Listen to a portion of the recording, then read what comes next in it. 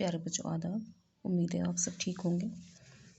तो चलिए बेटा हम अपना टॉपिक जो है वो आगे बढ़ाते हैं। हम कर रहे हैं इस टाइम लैंग्वेज वर्क का C part. Use the following phrases in your own sentences. ठीक है, इसके हमने 4 किए थे, 5वां वाला है इसका लुक अप। लुक अप का मतलब होता है ढूंढना। Look up for the ring under the carpet. मेरी जो अंगूठी है या अंगूठी जो है उसको कहाँ ढूंढो? कारपेट के नीचे। गिव अप, हार जाना, यानी don't give up, try again, हारो मत और कोशिश करो। गिव इन, गिव इन मतलब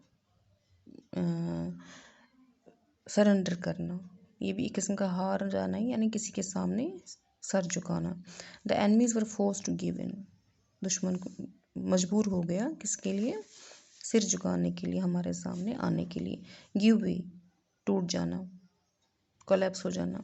the bridge gave away, gave way yesterday, कल क्या हो गया? एक पुल गिर गया, टूट गया।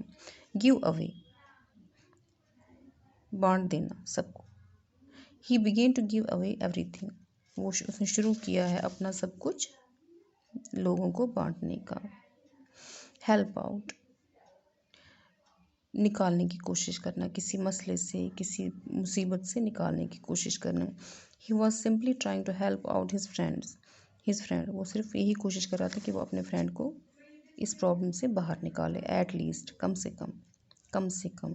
Marinate the chicken for at least 4 hours, मुर्गे को मैरिनेट करने के लिए कम से कम कितने टाइम के लिए रखो?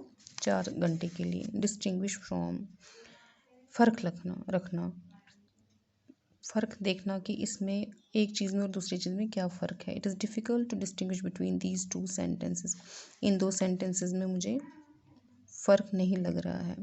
B situated in a place, किसी जगह पे रह जाना, यानी his house was situated 7 miles from the office, कहाँ पे? कहीं पे किसी पर्टिकुलर प्लेस पे होना, यानी उसका मकान जो है वो कहाँ पे है? वो 7 मील है, ऑफिस से दूर 7 मील उसका मकान जो है वो सिचुएटेड है, बना हुआ है। इसका मतलब ये भी है यहाँ पे डिफ़िकल्ट सेंटेंस, यानी मुझे 2 सेंटेंसेस में फ़र्क निकालना बहुत मुश्किल लग रहा है। ठीक है। लाई एट एंकर, एंकर का मतलब होता है जो कुंडा होता है या जो खंभा होता है जिसके साथ किसी चीज़ को हम रस्सी से बांधते हैं। They lay at anchor outside the harbour, वो कहाँ पे थे?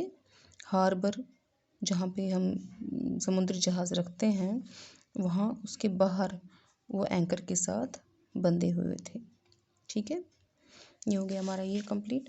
इसके बाद आपका डी पार्ट इसमें है पंक्चुएट द फॉलोइंग। ये पंक्चुएशन आपका है ग्रामर वर्क है, इसमें आपको पहले पंक्चुएशन पता होनी चाहिए। पंक्चुएशन में हमारे पास पंक्चुएशन का मतलब यही होता है कि हम कहीं पर भी कोई नेसेसरी मार्क्स और कैपिटल लेटर लगाते हैं ताकि किसी भी स्टेटमेंट को हम अच्छी तरह से पढ़ सकें। हाँ, we use necessary punctuation marks plus capital letters to make any statement readable. किसी भी स्टेटमेंट को रीडेबल बनाने के लिए, उसको अच्छी तरह से पढ़ने के लिए हमें उनमें कुछ मार्क्स लगाने पड़ते हैं, कुछ कैपिटल लेटर्स लगाने पड़ते हैं, जिससे वो अच्छा हो जाता है, लिखने पढ़ने लायक हो जाता है। जैसे अब कौन कौन से मार्क्स हैं हमारे पास? पहला है full stop, comma, question mark, exclamation mark, apostrophe, inverted comma जिनको हम कोट्स भी कहते हैं, सेमी कोलन, कोलन, हाइफन और कैपिटल लेटर्स। ठीक है, जैसे यहाँ पे एक एग्जांपल है, how was your trip to Shimla this year, Raju asked his friend David. अब राजू ने डेविड से पूछा तुम्हारा इस साल का जो ट्रिप था शिमला का वो कैसा रहा, यानी क्वेश्चन है ये। यानी पहले सबसे पहले हमें क्या करना होता है, जब भी कोई सेंटेंस स्टार्ट करते हैं तो हम पहला लेटर उसका कैपिटल लिखते हैं, यानी how was your trip to Shimla this year, ये क्वेश्चन है तो क्वेश्चन मार्क आया।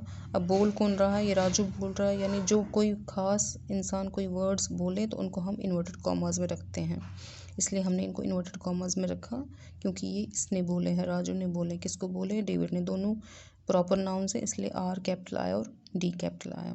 समझ आई? थोड़ा इसको समझ लीजिएगा, उसके बाद फिर हम इसका जो है कल आगे और करेंगे जिससे आपको और समझ आ जाएगी। आज के लिए इतना काफ़ी है।